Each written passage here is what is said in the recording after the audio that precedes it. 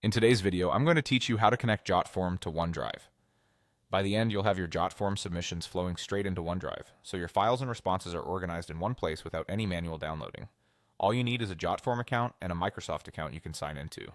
Start by opening the form you want to connect. Log into Jotform, then head to My Forms. This is your dashboard where all your forms live. Find the form you want to link and click Edit Form. If you manage multiple forms, a quick glance at the title and last edited date can help you confirm you're opening the right one. Once the form builder loads, you're ready to set up the integration. Inside the form builder, go to the top menu and click Settings. On the left side, select Integrations. This is where Jotform centralizes all the services it can connect to.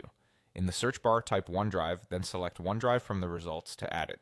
If you don't see it right away, make sure the search term is spelled correctly and give the page a moment to load. Selecting OneDrive opens the panel where you'll complete the connection. Next, connect your OneDrive account. Click Authenticate OneDrive.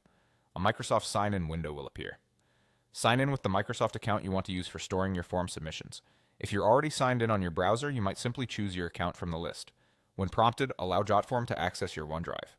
These permissions let Jotform create folders and upload the files and data that come in through your form. This access is limited to powering the integration and keeps the process automated for you.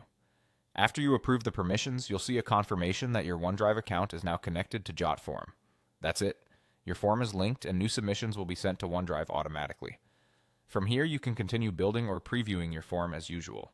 If you run into a sign-in loop, check that pop-ups aren't being blocked by your browser, and make sure you're authenticating the correct Microsoft account. It can also help to refresh the integrations page after signing in.